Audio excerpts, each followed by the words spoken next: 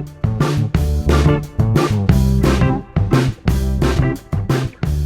it's David with Bain Residential. Here today with Zander Blunt. He is the branch manager for the 6th Street Prime Lending location. He's also an old friend of mine, but more importantly, he's very experienced in the lending field, originating loans and working through the financing process with not only my clients, but hundreds of others. He's been in the industry 15 years or over 15 years. And he's a great asset to us at Bain Residential and like I said, many others in his network. So, Zander, it's good to have you here today. Thanks for taking a few minutes out of your time. I know you're busy. Happy to be here, David. Thanks for the intro. I've been at Prime Lending 16 years. I've been in the industry 20 years. I have a team of 3 people, me and Stephanie and Nathan. And we originate residential loans. We're backed by Plains Capital Bank and Hilltop Holdings. We are a bank, not a broker. It's a very important designation these days. We've got a $6 billion warehouse line, which is very convenient in times like these when a lot of lenders have a big liquidity crunch. We've got capital to lend on pretty much any kind of product. The bulk of the lending we are doing these days are conventional Fannie and Freddie. For people either looking at cash out equity, right? Lower the rate on a current term of a 30 to a lower rate, or switch to a 15 or a 20 to pay off the rate faster. Great. And so what's your typical client? I mean, you mentioned some refinancing, but you work with all clients in terms of first-time buyers up to luxury or multiple properties, right? Sure. Well, being in the business so long, we've got a huge list of past clients. And I'd say about a third of our business is past clients coming back to us for another purchase or refi. A lot of our business is first-time buyers here in Austin, but we lend nationwide. So I do a lot of loans out of state. I'd say 90% of our business is here in Austin, around Texas. We work with a lot of investors, as you do as well, for buying their first or multiple condos, single-family homes, duplexes, fourplexes. We really enjoy the investor deals because it's typically a seasoned investor or buyer that knows what they're doing. You don't have to really start from scratch. At the same time, I think I enjoy the calls with first-time buyers the most because they don't know anything about the process of getting a loan. And at the end of the day, whether it's an experienced buyer, first-time buyer, it's the same 3 things. It's credit, income, and assets, and that has not changed. What has tightened a little bit is whenever you have a liquidity crunch or the market is being tested, you better have good credit, you better have more assets, and you better have pretty strong or identifiable income. Right. I work with a lot of self-employed clients, which seems to be the nature of Austin. It's a very entrepreneurial town. And where we come into challenges is it can work against you when you file your taxes. You're self-employed. You have the luxury of writing a lot of stuff off. That doesn't get you very far in underwriting. So right. I've become pretty adept at decoding complex tax returns to turn that into a qualifying income amount for self-employed borrowers. We do a lot of jumbo financing, not a ton right now because the products are a little limited, mainly to a 7 or 10-year arm. The fixed rates are a lot higher right now than they should be. And a lot of our investors have pulled products off the shelf that will probably be gone for the next 3 to 6 months. But we do have in-house products on jumbo, and we lend up to 3 or 4 million. And that seems like a huge number, but Austin has grown up pretty fast to where there's a lot of money in this town, and we do a lot of those bigger loans as well. So we also do government loans. We do FHA loans, bond loans for down payment assistance for people that need down payment assistance. We waive all our lender fees for veterans. So we've got the entire product suite that really any lender could offer. And when I take an initial call with a client, we usually try to explain the process and how we like to work, and then give them a bunch of options and find out which loan product will fit them best, and then break down how the appraisal works, what a title commitment is, what their closing costs are going to be, and then set expectations as far as best way to get us their docs, securely upload, take applications online, try to make it as easy on the clients as possible, because whenever the government gets involved in regulating your industry, they don't make things easy. So we've tried to work against that tide to offer a lot of technology tools for clients to qualify and get pre-approved very quickly. And if we have to close financing in a very short period of time, we can do that. Right. That's one of the things I love working with you and your team is the tools you use make the process very simple for our clients. It's quick to get pre-approved and to run those numbers, and very responsive. And then, Stephanie and Nathan are there always to jump on a phone or answer a quick email, as are you, of course, but to make sure that all their questions and the anxiety around this process is managed as best as possible. Because for a lot of people, especially first-time buyers, there is a lot of anxiety about having their finances and such opened up and very literally being judged. And they're taking on the largest debt and acquiring the largest asset they've likely ever purchased. So it's reasonable to have anxiety going into it. And once they realize they've got a good agent, a good lender, and we're all on the same page, and those expectations are laid out, it tends to work pretty smoothly. This business and closing thousands of transactions, you learn something new every day. You think, you're reminded how little you know about real estate on a daily basis. And it's humbling and educational to see some wrinkle that you didn't think of or come across. So you learn a little bit new on each deal, and that's one of the things I love about it. Yeah, and with the experience, as you said, thousands of deals, you're able to bring that experience to the table. So if and when something new comes up, you can at least pull on some experience of how to approach it based on other factors and whatnot. And you had mentioned working with the agents, and my side, it's working with the client and the lender and having that team network, which is one thing again that I enjoy working with you guys. When someone is coming in, when is it a good time for somebody to start looking at financing? I get a lot of calls like, hey, I'm ready to go look at some houses and this and that. And first thing I always say is, how are we looking on your pre-approval? And, what's your take on that? I certainly know what mine is, and that's that you need it before we go out looking. But, why is that important? Well, if you go under contract without really knowing where things stand on the financing side, that's not a good thing. So I have people that call me in a panic at 10 o'clock on a Friday night saying, hey, I found a house, and they haven't applied online and I've never even met them before. And we can still get a pre-approval letter out that night or in the morning, because it is pretty quick to do. I mean, we can do a pre-approval over the phone, take our application online, but it's never too early to fill out an application and have a hard credit pull. People get worried about lowering their scores, and they use apps to stalk their FICO scores. But what we find a lot is there's hidden things on your credit report, like collections, that don't show up on soft score apps. And you think you got a 780, and I go to pull it and it's 670. Collection can cost you 100 points. A lot of the education we do with initial people applying is really to how to analyze a credit report and what FICO scores are, when to pay your credit cards, right? Yeah. How to manipulate your scores to maximize, your scores are the biggest determination of your interest rate.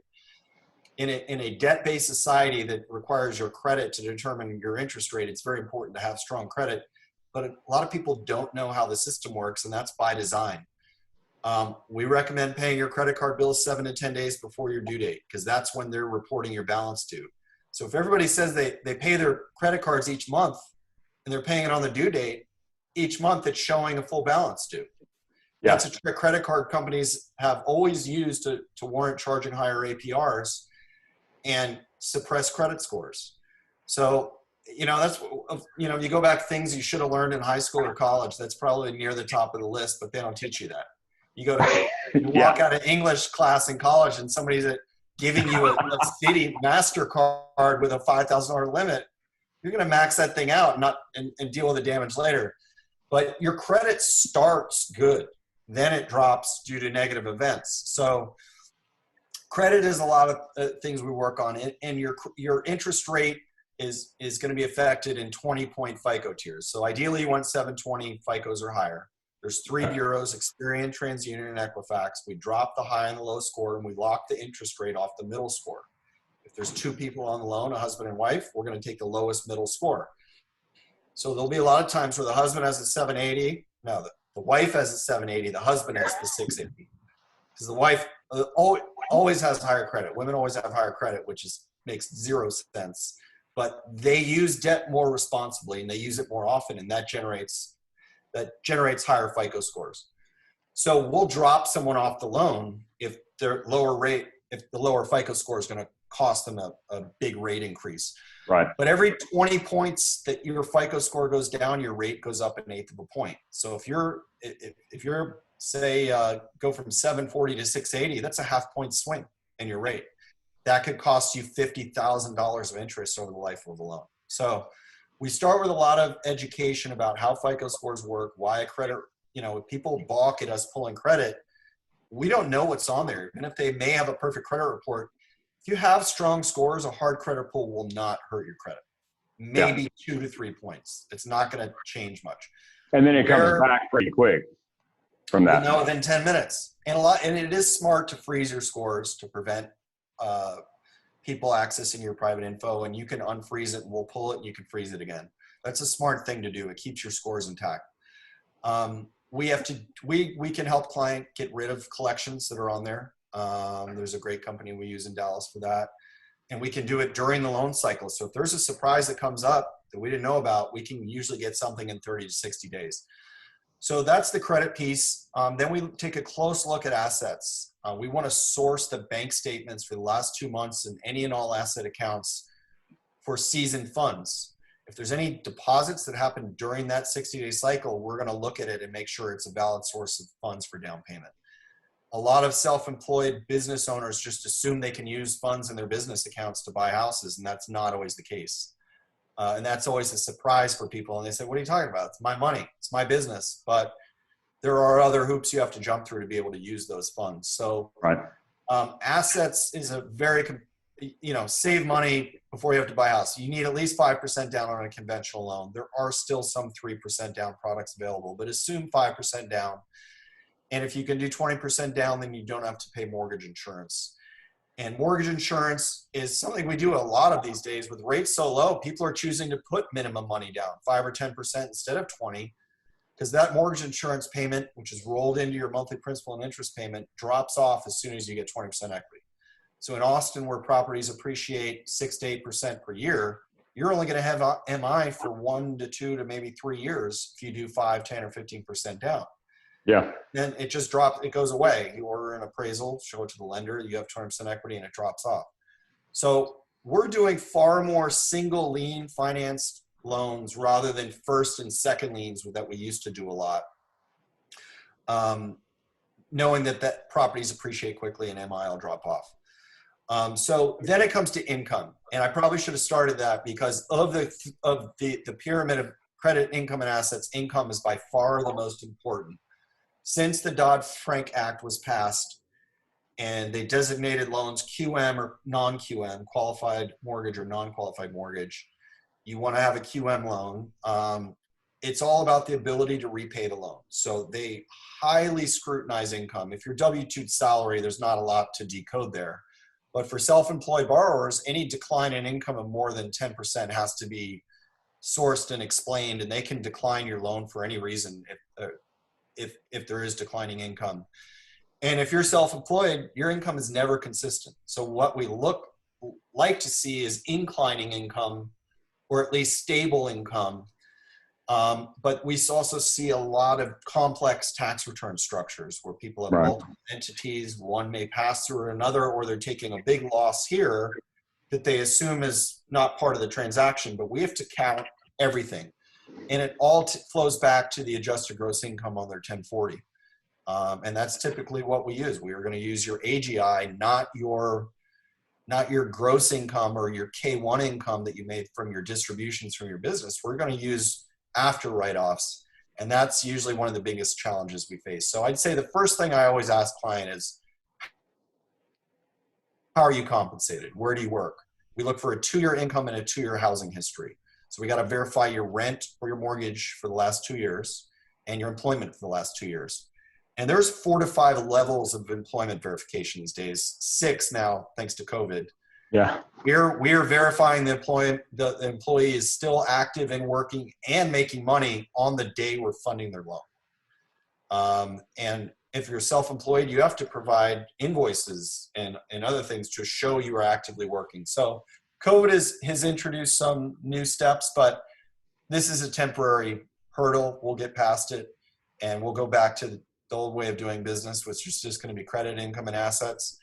And that's the part of the process I enjoy, and explaining to a client and figuring out what they are pre-approved for. And I like to sort of start with what they want their budget for their mortgage to be, and then let them know what price range they could be shopping in.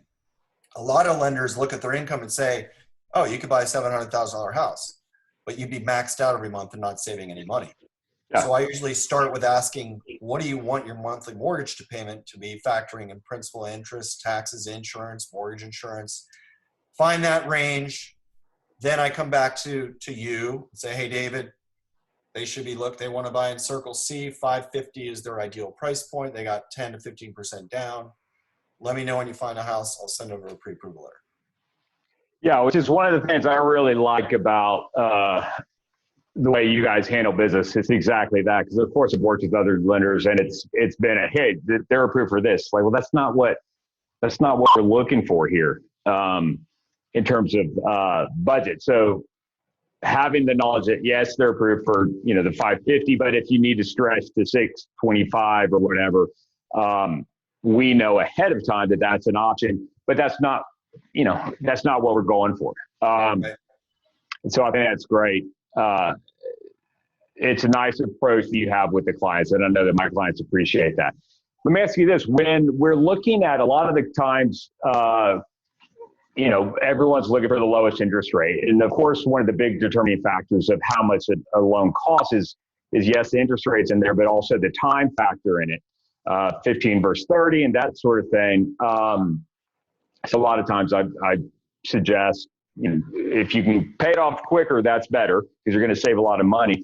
But how much will it change in, 1 percentage point or a half point affect the overall, the amount spent on the loan and such over the course of a lifetime? I mean, well, I'd say most of our clients default to a 30-year fix. They don't want to be tied to the higher monthly principal and interest payment that a 15-year and 20-year offer. But I have a minority of clients that are loyalists to a aggressive amortization schedule for a very good reason. If you go on bankrate.com and pull up an amortization schedule and compare the total interest savings from a 15 to a 30-year fix, it's astounding. The reason why Wells Fargo and Chase have trillions of dollars, or at least did a few months ago, is because of the interest you're paying over a 30-year mortgage. It's insane, especially the way the loans are amortized to stack all the interest up front. You're not chipping away into that principal until really years 5 to 7 to 10. So the beauty of a 15-year fix is you're hacking into that principal right away. 20 years is a good way to meet in the middle. Right now, a 15-year fixed loan is 2.625% on a conventional loan. 30 years at 3.25. Those are insanely, historically low rates, to where on a 30-year, it should free up a little extra cash to where you can make additional payments and pay off the loan a little faster. Now, people are naturally not very disciplined, as we know, David, and they're not going to make those extra payments. The 15-year or 20-year forces them to do that. But for a lot of our clients here in Austin, they have young families. They need to save for college. They need a nest egg. We do a 30-year fix, and I just say, hey, make 3 to 4 extra payments per year towards principal, and it gets you down to a 23-year fixed instead of a 30.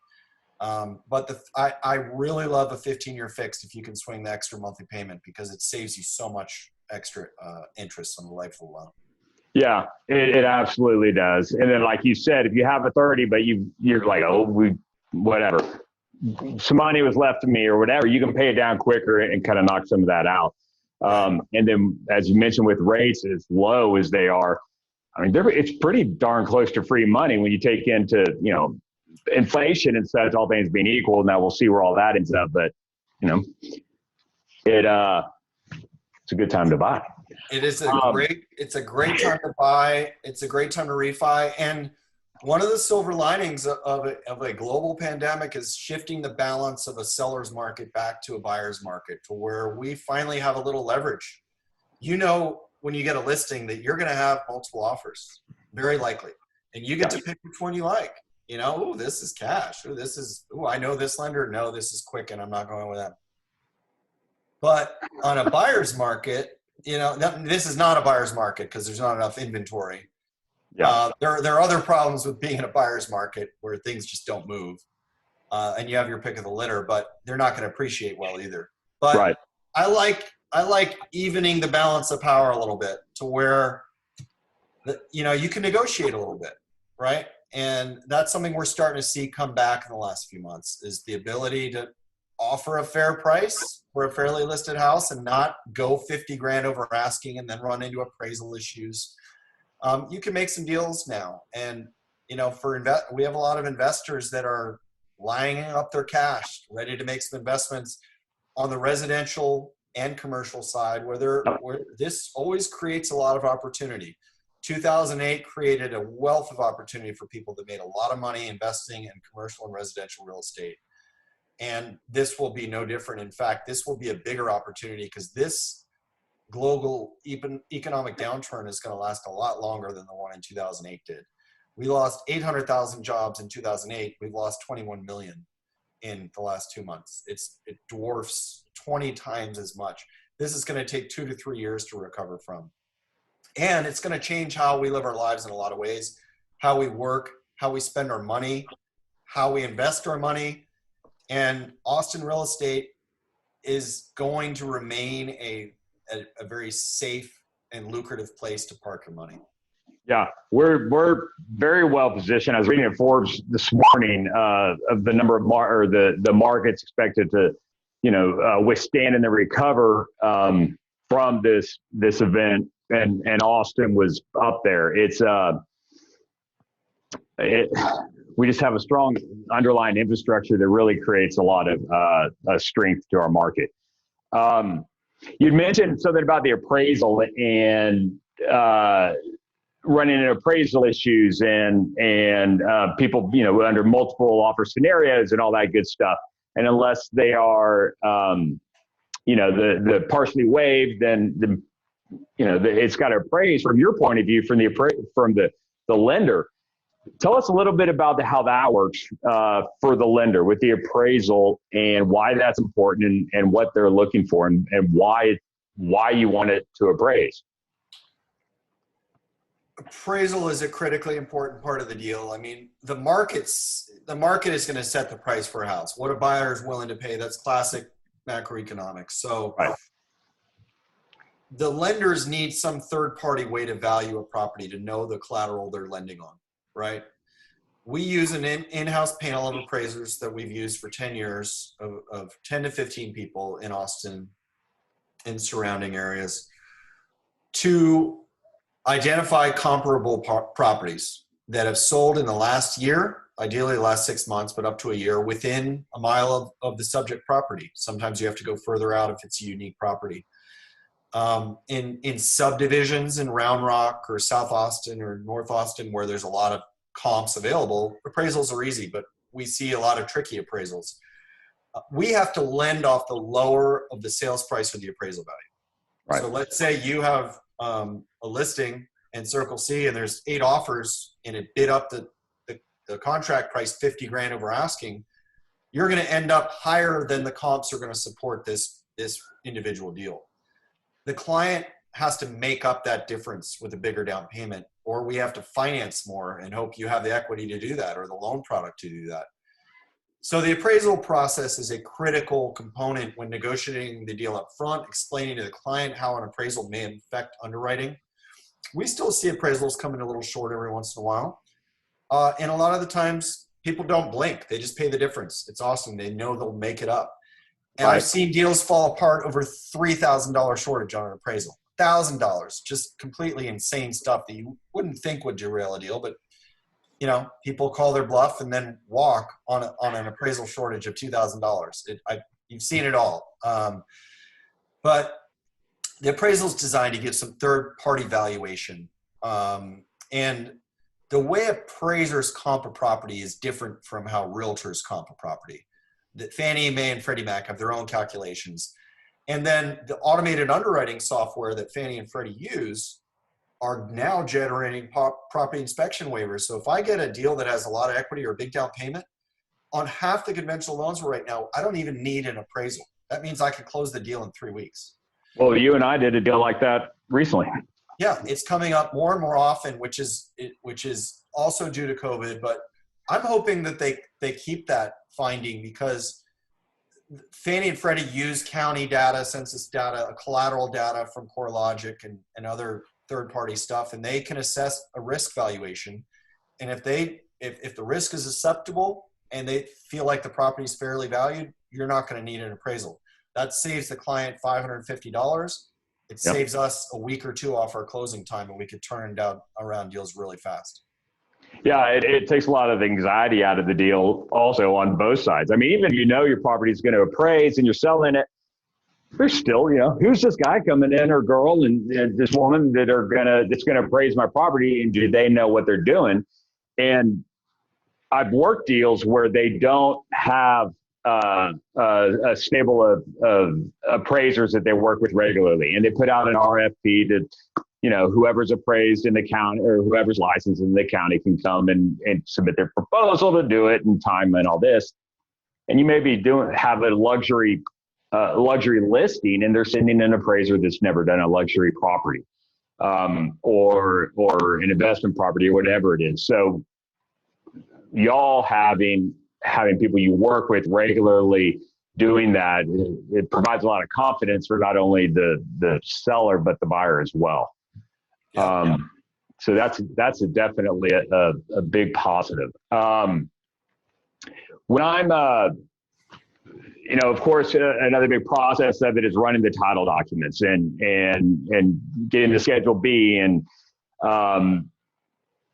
just the title process. Generally speaking, how does, from a lender's perspective, what are the things that you're looking for in the title process or in a title when you get it back? What are the things that can derail a deal or make a deal smooth? Well, the reason Texas is a title company state, there are other states. I got in the business working in New York and Pennsylvania that are attorney states, where an attorney will run the title search. And, in Texas, it's a little more simple in terms of their job is to ensure clear title, that there's no outstanding liens in the property. There's no mechanics liens. And the liens were properly released and recorded. So we work with a lot of different title companies in town, and we generally let them do their job and run the title search. When we go to underwrite the loan, we'll review the title commitment. We have to get a survey as well on the property that usually conveys from the seller. Sometimes we'll order a new one, which is never a bad idea to have a current and accurate survey. And the title company has to insure the survey against any easements or any coverage issues. So we definitely look at the title commitment on Schedule B, Schedule C, make sure there's no outstanding liens. But I would say that is a process that the buyer typically doesn't get very involved in, because part of their closing costs, in fact, a largest part of their closing costs are the title fees. And in Texas, the seller pays the title fees. When you're selling a house, it's a big component of it. So the title business has some very old way of doing things that is ripe for rebooting, so to speak. There are some new companies doing that, and they're doing a good job on it. But there's a lobby that is designed to keep the title company charging these very high premiums, which are state regulated. Right. But they're really high margins. And for example, refinancing, you have to reissue a title commitment on a property you already own that already has clear title and pay $3,000 in title premiums. It's a lot of money. So it's often the biggest part of a cost of refinancing is just reissuing the same policy. But as far as the client goes, that process is pretty transparent and over here compared to the actual lender underwrite of the loan. Right, right. Yeah, there's aspects that we definitely look for as a buyer in the title and Schedule B and such. But from your perspective, it's pretty cut and dry from what you're saying. Yep. How is COVID-19 affecting your business now? What are you seeing in the market? I mean, we've got a lot of stay-at-home, shelter-in-place directives. Those are loosening up. Businesses are opening back up. I know what I'm seeing, which is it's almost like recently in the last week, people started opened up a floodgate a little bit, and the buyers are like, all right, now we're going to go look. Let's go. A lot of activities opened up. What are you seeing in the market? Well, we are a purchase-centric company. We've led the state of Texas consistently for the most purchase units. So we value our realtor relationships to drive that business. Refinancing, we've always looked as low-hanging fruit. When the rates are low, go get it and help a client save some money.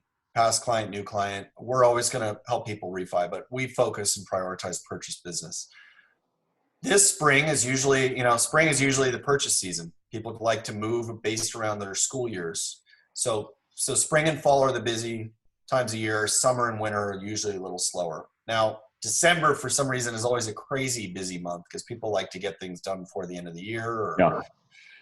But in general, we're doing a lot more refis and purchase right now because people just have things on hold. There's a lot of uncertainty in their job market and their savings and their 401ks. I would not look at your 401k right now. It's taken a big, it's going in the wrong direction. The stock market has recovered pretty impressively from the drops we've seen. But the way that COVID has directly affected lending really comes down to, A, are you working? If you're not working, we cannot lend you money. If you're furloughed, if you're laid off, you're not going to get a loan. It's plain and simple. When you go back to work and you're on a salary, we can do financing. You can buy a house. But if you're self-employed, it's tricky. A lot of people's income's down. We have to provide P&Ls and balance sheets for year-to-date income. If you haven't made any money, it's going to be hard to get a loan. Right. Verifications of employment we are doing early and often and throughout the end of the loan life cycle to make sure that you are still working. We already touched on appraisals, getting appraisal waivers, and then safety issues for how appraisers are getting in properties. We're allowing drive-by or desktop appraisals on a lot of deals that don't require a physical inspection. How are we handling the closings? There are a lot of hybrid e-closings right now. And in the very near future, we'll be rolling out a fully e-close product called an RON or an RIN, where a notary is witnessing you signing the docs that need to be recorded by a witness for the deed and the note that get recorded with the county. But on deals that we have recently closed, it's been incredibly convenient to the client to be able to get a link that morning to e-sign 90% of your closing package, which we know is 80 government documents that are very redundant. Then the important ones, a notary will come by the house and take care of the closing that way, or you can run into the title company and very safely sign those few documents that get recorded that need a witness and a hand signature. Right. So we're going to continue to evolve and look to technology to fill that void. And then I think what this is going to do is force the introduction for our investors to accept remote online closings or electronic closings and purchase those loans. The biggest hurdle has been the investors willing to buy those loans. And hopefully this will force them to adopt it faster. And that will change the title business. We're still going to have to do title searches, but are you going to have to go into a title company to sign your whole closing package? No. So the title companies will be forced to find value in other ways, or still coordinate the remote closing. Right. How do you think the forbearance is that having an effect on any business you're doing directly? And do you feel like it's going to have any effect on the industry in the next 3-4 months as we start to see some of the timelines run up and people still have a mortgage and they may or may not have their job back or off furlough or they still got a mortgage and they still got to pay it? Forbearance has not directly impacted most of our clients. It Yeah. certainly is going to impact a lot of people. Millions of people will go into forbearance. It's something you really want to avoid if you can do it. They're offering that option, but you still have to pay it back. They're just basically waiving late fees. You're just having mortgage payments stack up. Well, you're going to have to pay that money back. And that forbearance will show up on your credit report. It's not, you don't have late payments, but it will show a loan in forbearance. You can't go get a loan for a while. Yeah. And they may have to modify that rule, but it's going to be very difficult to go get a new loan. If you're a lender and you saw somebody that recently went into forbearance, are you going to want to lend them money for a new mortgage? Yeah. No way. So it's something you really want to avoid. And it's a last resort if absolutely needed, because you just simply don't have the money to pay your mortgage. And a lot of people don't right now. It's a very tragic situation. A lot of people were in that have lost their jobs. They want to keep their house. So this is the best means to do it. They're just going to be staying in that house for a while, playing catch up on their loan rather than selling and buying a new place. Right. Do you feel like it's going to cause any further constriction in lending just because your investors, it's trickling up? Yeah. It will. There's going to be a lot of banks that go under. And, this is where we're really lucky to have a, $6 billion warehouse line. We're not going to run out of money. But a lot of banks are reassessing their risk tolerance right now, and they don't want any exotic loans. They're not doing investment properties. They're not doing cash out refis. They're not doing jumbo loans. They want clean loans on their books that they can service and resell to the government. Yeah. And the government is the backstop. So there's going to be a massive trickle down effect. And wherever there's a kink in the system, it affects everybody downstream. And we don't know yet how this is going to play out. All I know is it's going to cost trillions of dollars, and it's going to take years to fix. So there's going to be some markets that suffer a lot worse than ours. But Texas is as an economy is very sensitive to the oil and gas industry. If you've looked, you haven't had to fill up your gas tank in a long time, but gas is really cheap right now. And whenever gas tanks, gas is like $1.30, $1.40 a gallon. Well, that trickles down to a lot of incomes for a lot of people, especially in Houston. But as oil and gas gets distributed throughout the state now in Austin and Dallas-Fort Worth, especially West Texas is hurting right now. They've had a boom cycle for 10 years on the shale in West Texas. Whenever oil and gas suffers, the overall real estate climate in Texas suffers. Austin has been a little bit of a bubble in terms of just checking off so many boxes for people with low unemployment, a broad range of different industries, desirability. People want to live here. It's generally the cost of living is affordable compared to California. That's why so many people Absolutely. or New York. There's no income tax, federal income tax.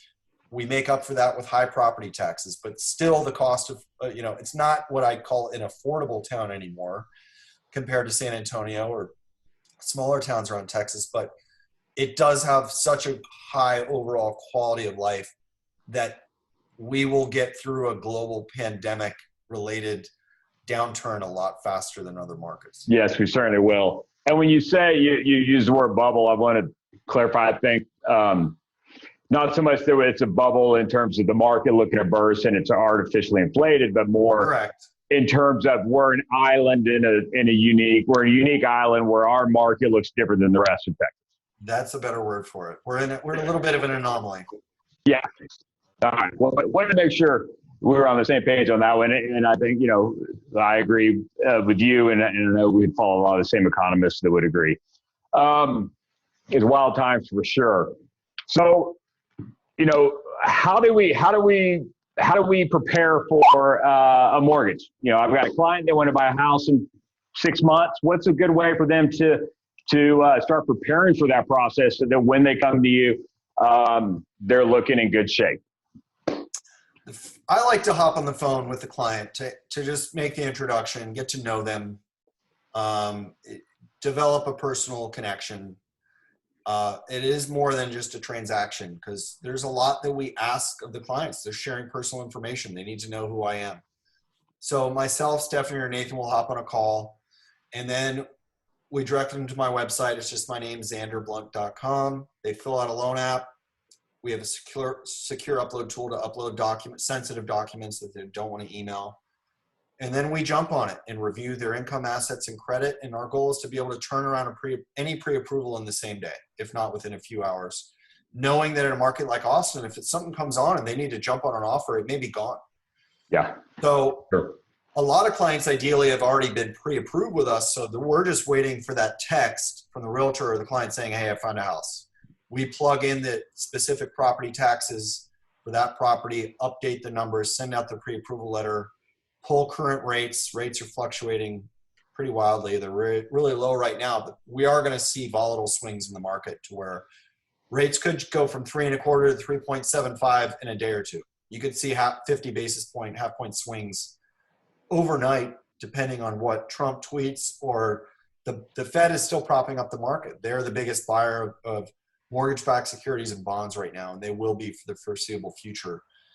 So the Fed has to keep rates low to get out of an economic downturn, right?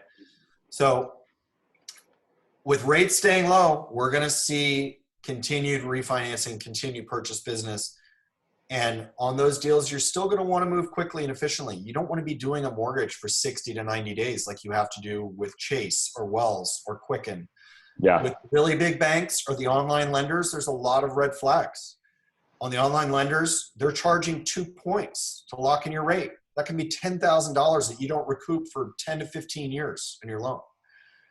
That's buried in the fine print. So Quicken spends $500 a year on marketing, and then you go to do the loan to get a Rocket mortgage, and that Rocket blows up halfway through underwriting because you realize they're charging $10,000 to your loan. And nothing against Quicken. It's marketing works, right? Yeah. So they have a huge marketing budget. You know, a lot of people, they're a refi shop though. Are you going to use an online lender for a purchase? Probably not. You're a loan officer is at a call center in Des Moines, Iowa. So, yeah, we have the motto, lend locally. And you want to work with somebody that knows your market, that knows your agents, that has in-house appraisers, that can meet you in person if needed, back when we're allowed to do that again. We like to attend our closings because that's where a lot of questions come up. That's where often we get to meet the client for the first time. And the odds of them coming back to you to do another loan or to buy another house, if you develop that personal connection. I have hundreds of clients in my phone that have become friends that come to me for the most random things. Like, hey, I need a plumber. Hey, where do your kids go to school? Hey, I need a divorce attorney. You know, stuff like serious stuff, because they've shared their lives with us to get a loan.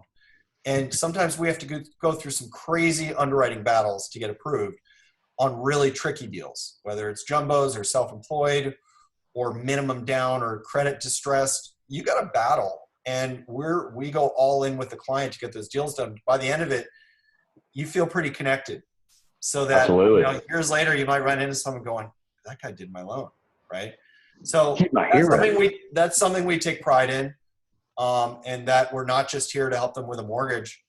I have people call like freaking out that their lender screwed up a deal, and we have to fix it in 10 days and close a loan in 10 days or 2 weeks, and we do that. Because someone else did not set expectations properly or research the product or underwriting guidelines, or they airballed an appraisal that can't be fixed that we can. So we have to do a lot of bailouts right now.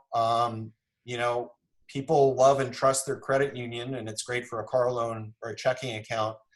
But if you have heart failure, do you want to go to the surgeon to do your heart surgery, or do you want to work with the intern? And that's the analogy we use with working with an established, trusted local bank or correspondent lender that has the experience and all the tools to get you out of a major problem very fast. Right.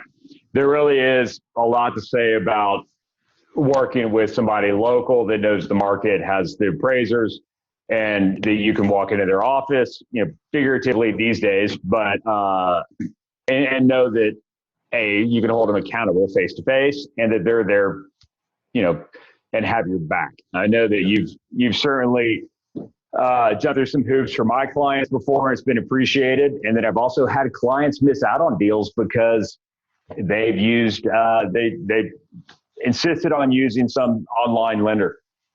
And it's like, dude, why'd we lose the deal? I'm like, look, it's they sales. have no idea who your lender is. You're not going to win every deal ever in any sales business. And you do your best. And, a client may go with another bank. It may go great. There's plenty of lenders that can close deals out there, or it may not. You just hope that they call you quickly and you have time to fix it. Right. Or they use one bank on one deal and then come back to you and said, hey, this didn't go great. We got it done, but we want to try you this time. So, this is a service business that lends money, right? You are in a service business that buys and sells real estate. It takes a team of people operating in synchronicity to make a deal go smoothly. There are so many separate and individual things that have to be done properly for a real estate transaction to go well and close on time. Absolutely. And the more I know about a realtor's business and how they approach it and how they work with their clients and how they communicate, the better I can do as a lender to help get the realtors more business. Or help, if I'm going to get a deal done in 30 days or I can do it in 3 weeks and the other offer is dealing with Chase that won't be able to do it for 60 days. Well, maybe you don't have to overpay for the house. You're going to win it by closing faster. That saves your client money. Sure. There's a lot of different ways to win the deal. And we have a lot of strong relationships in Austin and out of state that we've developed with investors that knows we're going to be able to execute. And if you go under a contract to buy a house, the number one job you are required to do is perform on that contract so you're not in default. Second is getting the best terms. So there's people that call and shop rates all the time, and rates and fees are very important. They have an inverse relationship. If you're going to get low fees, you're going to have a higher rate. If you're going to have a really low rate, you're probably going to have higher fees. You want to find the sweet spot in the middle, and rate always wins over fees, which is why Quicken gets away with charging 2 points and people do it. It doesn't make sense. So, there's always a little bit of a give and take, but at the end of the day, if you trust your lender that they're going to look out for you to get the deal done on time, that should outweigh a difference of an 1/8 or 1/4% spread in interest rates. Oh, yeah. Today, we're not always going to have the lowest rates. There will be a credit union. There will be a big bank that wants to go low and buy up a city for 6 months. There will be someone that has a lower rate, but you are generally going to pay the price somewhere in the process, whether it's the appraisal, whether it's underwriting, whether it's missing your closing date. I mean, most of the stress involved in your life is did the appraisal come in at value, or is it on time, and are we going to hit our closing date?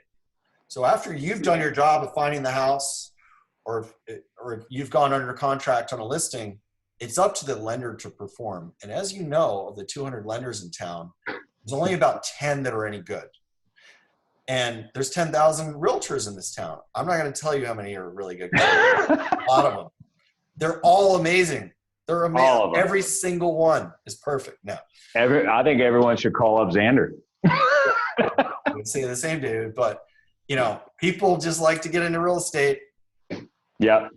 And things can go sideways. Well, you better have a backup plan. And at the beginning of a deal, we lay out a few different roadmaps of how this can go. You always want to use plan A, but you better have a plan B or plan C. And I have a network of banks in town. If we can't do a deal, they're going to do it. We're going to get your deal closed. And if I don't end up doing it, they're going to do it. But you better have a backup plan in this market. Yeah. Because there's a lot at stake. There's earnest money at stake. There's your reputation at stake. And people talk, and if word gets out that you can perform and get deals done, then people are going to work with you. So, right. And especially right now, a lot of people come to you when they want to buy or sell a house. Right. Yeah. And right now, with the way it is with COVID-19 and the uncertainty there, and I've heard some horror stories about both buyers and sellers pulling out the last minute on a technicality and all that. And so the team's got to be tight, and you want to know that you can trust your teammates, and that they're putting the client's needs at the priority. We are definitely seeing some more fallout on contracts, either in option or after option. Just second, doubt, second thoughts, inspection issues, change in job, lost their job, or just totally backing out with no explainable reason. We're seeing a little bit of everything. Yeah. And, that's COVID-19. When COVID-20 comes, we could be dealing with this for years, right? We're going to see iterations of this that could change how we do business and how we invest and buy real estate for a long period of time. Absolutely. This would be a great learning lesson to adapt to. I know I spent way too much time at my office. Now that I'm working with home, I was gone all day and I never got to see my kids. One of the beauty of this is I get to work from home and see my kids. Now, it's very hard to close the amount of volume we do with a 7, 5, and 2-year-old in the background. But, we all probably realize that we were not optimizing how we spend our time. So there's silver linings with any kind of thing like this. And when we come out of this and try to get back to what is normal, it's going to be different. And hopefully we'll take some lessons from that. But, we're always happy to hop on the phone and answer any questions about lending, whether it's a year out, whether it's you need a pre-approval letter tonight. Those are the calls I enjoy taking that other lenders don't, because you wouldn't be calling if you didn't really need the answer to a question. Right. That's why we love working with you. Zander, thank you for your time. I can't say enough about, the positive experience I've had with you, with my clients as well. You definitely know your stuff. Your team knows their stuff. And it's always a good experience. Thanks, David. Appreciate it. Really appreciate it. I'll let you get back to it. I know you're busy, and we'll put your information up with the interview. Thanks so much. Thanks, guys. See ya. How about? Bye.